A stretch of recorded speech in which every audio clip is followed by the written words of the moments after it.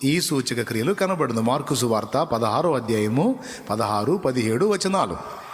మీరు సర్వలోకమునకు వెళ్ళి సర్వ సృష్టికి సువార్తను ప్రకటించండి. నమ్మి బాప్తీసం పొందువాడు రక్షింపబడును, నమ్మని వానికి శిక్ష విధింపబడును. నమ్మిన వారి వలన ఈ సూచక్రియలు కనబడును. అవేవనగా నా నామమున దయ్యములను చాలేమన్నా ప్రార్థన చేస్తే దయ్యం పోవటం కాదు. ఇంకొక పైట్రం వస్తాను ఎవరో ప్రార్థన చేస్తే దయ్యం పోవటం కాదు. స్తోత్రం.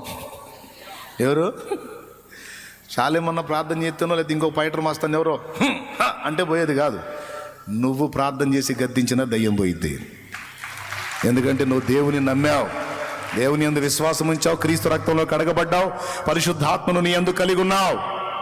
నువ్వు గద్దించి ప్రార్థన చేసినా దయ్యం వెళ్ళిపోతుంది. నువ్వు యేసునామంలో నువ్వు ఆజ్ఞాపించినా దయ్యం వెళ్ళిపోతుంది. అర్థమైందా? అయితే దురాత్మ పట్టిన వాళ్ళకి ప్రార్థన చేసేటప్పుడు కొంచెం మెళకువ ఉండాలి. దురాత్మ పట్టిన వాళ్ళకి ప్రార్థన చేసేటప్పుడు కొంచెం చురుకుదనం, మెళకువ ఉండాలి. మెళకువగా ప్రార్థన చేయాలి, గద్దించి ప్రార్థన చేయాలి. ఇబ్బంది ఏం లేదు. కొంతమంది అమాయకంగా పోయి, నాకు తెలిసిన బ్రదర్ ఒక ఆయన ఉన్నాడు, దయ్యం పెట్టినామని తీసుకొచ్చారంట. ఆయన అప్పుడే పాపం లైన్లోకి వస్తున్నాడు. బాగా ఆ దయ్యం పెట్టిన ఎదురుగా పోయాడు. ఆమె ముఖానికి ఈయన ముఖానికి ఇంతే ఉంది దూరం.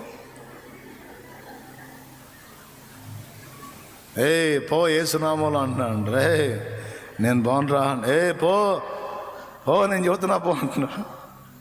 నేను బాగునరా, ఒరే నేను బాగునరా, ఒరే నేను బాగునరా అంటుందంట. ఏ పో యేసునామా, ఒరే నేను బాగునరా అంటున్నా.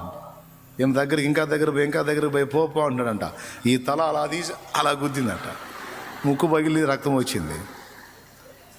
అప్పటిదాకా దయ్యం ఏముంది, ఒరే నేను బాగుంది కదా. ఎప్పుడైతే ముక్కు పగిలిందో ఇక ఆయన ఒసే అని చుట్టు పట్టుకున్నాడంట. ఒసే దయ్యమా, నన్ను కొడతావే దయ్యమా అని జుట్టు పట్టుకొని ఇక బాధటం మొదలు పెట్టాడండి. ఆత్మశక్తి అయిపోయి ఇక శరీర శక్తి మొదలు పెట్టాడు. ఇట్లాంటి సాహసాలు చేయకూడదు. నువ్వు కనబడితేనే, అసలు దేవుని ఆత్మ సంబంధిగా నువ్వు కనపడితేనే దానికి షేకు. మనం కాసేపు మొత్తుకుంటే పోయిద్దనే చింత ఏం లేదు. విశ్వాసము గలవాడవై, విశ్వాసము గలదానివై ఉంటే దాని దగ్గరికి వెళ్ళి నువ్వు చెప్పాల్సింది. అదే ప్రసంగం మొదలుపెట్టిద్ది. దాని దగ్గరికి వెళ్ళి మైకి దగ్గర పెట్టి ఎప్పుడు పట్టావు, ఎట్ట తెచ్చావు, ఎట్ట బతికావు, ఈ సోదంతా అవసరంలా, ఇదేం అవసరంలా. దాని ఇంటర్వ్యూ మనకు ఎందుకంటే అదే నిజాలు చెప్పి చచ్చిద్దా? చచ్చిపోయిన మనిషి దయ్యం గారు. దయ్యాలు వేరుగా ఉన్నాయి. దయ్యాలు ఉన్నాయి, అవి పడద్రోయబడిన దేవదూతలు, అవి వేరుగా ఉన్నాయి. అవి అబద్ధాలు చెబుతాయి, నిజాలు చెప్పవు, మోసపుచ్చుతాయి. వాటితో ఇంటర్వ్యూ దేనికి? దయ్యాలతో ఒకటే. కల్వరి శిలువలో నా యేసు చేసిన బలి యాగము ద్వారా నువ్వు ఓడిపోయావు. ఈ బిడ్డ మీద ఇక నీకు అధికారము లేదు. నువ్వెవరో నాకు తెలుసు. నువ్వు ఒక పడద్రోయబడిన దేవదూతవి. క్రీస్తు రక్తము చేత నువ్వు నిస్సత్తువైపోయావు, నువ్వు ఓడిపోయావు. ఇక లేదు. యేసు నామములో ఆజ్ఞాపిస్తున్నా వీళ్ళు.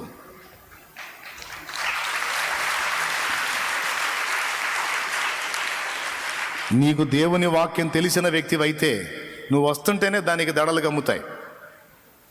వాక్యం ఎరిగిన నువ్వు దాన్ని ఆజ్ఞాపించావంటే పాతాళంలో కూడా దిగిపోవాలి అది. అందుకని నువ్వు వాళ్ళంత దూరంలో ఉండగానే సర్దుకుంటా ఉంటుంది. కాబట్టి దాన్ని వెళ్ళగొట్టే అధికారం కూడా నీకుంది. నువ్వు చేతులుంచినప్పుడు రోగులు స్వస్థత పొందే అవకాశం ఉంది. అయితే పిరికి మాలోకాలు, దడ ఆయాసం కలిగిన వాళ్ళు చేయొద్దు. విశ్వాసం గలవారు, సాటి మనిషి మీద ప్రేమ గలవారు, ధైర్యం గలవారు, అన్నిటికీ దేవుని మీద ఆధారపడేటువంటి పట్టు కలిగిన వారు ప్రార్థించవచ్చు. తప్పకుండా దేవుడు జవాబిస్తాడు.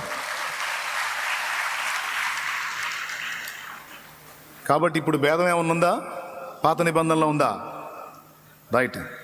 ఇక్కడ ఇక ప్రసంగం మొదలైద్ది. మంది టైం అయిపోయింది. హబక్కూకు ప్రార్థిస్తున్నాడు, దేవా నిన్ను గూర్చిన వార్త విని నేను భయపడుచున్నాను. దేవా నాకు భయంగా ఉంది, వీళ్ళు ఏమవుతారో ఎలా అయిపోతారో అనే చింత ఉంది. నన్ను గూర్చిన చింత నాకు లేదు, కానీ ప్రజలను గూర్చిన చింత నాకు. ప్రసంగం మొదలవుతుందని మొదలు పెడతాను అనుకునేరు.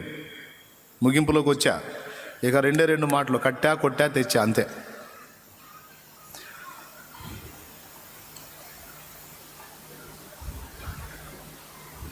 ప్రజలను గూర్చిన తన భయాన్ని వ్యక్తం చేసిన ప్రవక్త ఒక మాట అంటున్నాడు. సంవత్సరములు జరుగుచుండగా నీ కార్యమును నూతన పరచమనే ప్రార్థన చేస్తున్నాడు. సంవత్సరములు జరుగుచుండగా నీ కార్యములను నూతన పరచు, సంవత్సరములు జరుగుచుండగా దానిని తెలియజేయి, కోపించుచునే వాత్సల్యమును జ్ఞాపకమునకు తెచ్చుకోయ్యా అంటున్నాడు.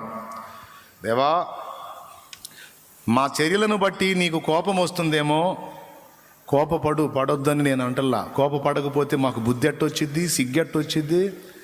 నువ్వు కోపపడాల్సిందే, మమ్మల్ని తన్నాల్సిందే, బండకేసి బాధాల్సిందే, ఉతికి శుభ్రం చేయాల్సిందే. అయితే పూర్తిగా కోపమే కాదు, కొంచెం వాత్సల్యం గుర్తు చేసుకోయ్యా, కొంచెం వాత్సల్యం చూపయ్యా. అయ్యా, పూర్తిగా కోపడ్డావు అంటే నిర్మూలమైపోతాం, నశించిపోతాం. కొంచెం వాత్సల్యం చూపు, బతికిపోతాం నాయన, దిద్దుకుంటాం నాయన. రిక్వెస్ట్ చేస్తున్నాడు. సంవత్సరములు జరుగుచుండగా నీ కార్యమును నూతన పరచుము అనే మాట వాడాడు. దేవుని కార్యం ఏమిటి? నూతన పరచటం ఏమిటి? నూతన పరచబడాల్సిన కార్యం ఏంటి? ఏదో కార్యం ఉందట, అది ఎప్పటికప్పుడు నూతన పరచబడాలట. దేవునికి స్తోత్రం. మనలో జరుగుతున్న దేవుని కార్యాలు, మన ద్వారా జరగవలసిన దేవుని కార్యాలు ఎప్పటికప్పుడు నూతన పరచబడాలి. ఇది సందేశం. ఏదైనా పాతగిలొచ్చు, భక్తి, ఆత్మీయత, దేవుని యందలి ఆసక్తి ఎప్పటికీ పాతబడకూడదు. ముగింపు మాట్లాడుతున్నా, వినండి. నీ వస్త్రం పాతగిలిందా? పోనీ పాతబడిపోని. నీ కళ్ళజోడు పాతబడిందా? పోనీ పాతబడిపోని. నువ్వు కట్టిన ఇల్లు పాతబడిపోయిందా? పోనీ పాతబడిపోని. నువ్వు కొన్న బండి పాతబడిందా? పోనీ బండి పాతబడిపోని, పర్వాలేదు. కానీ ఏదైనా నీ జీవితంలో పాతబడితే పోనీ, పాతబడిపోని, అవన్నీ అస్థిరములు. కానీ ఒక్కటి మాత్రం మన లైఫ్లో ఎప్పటికీ పాతబడకూడదు, అది దేవుడు. మనం మొదలుపెట్టిన దేవుని కార్యాలు, మనలో మొదలైన దేవుని కార్యాలు, మన ద్వారా జరుగుతున్న దేవుని కార్యాలు ఎప్పటికప్పుడు నవనూతనంగానే మార్పు చెందాలి, కానీ పాతబడకూడదు.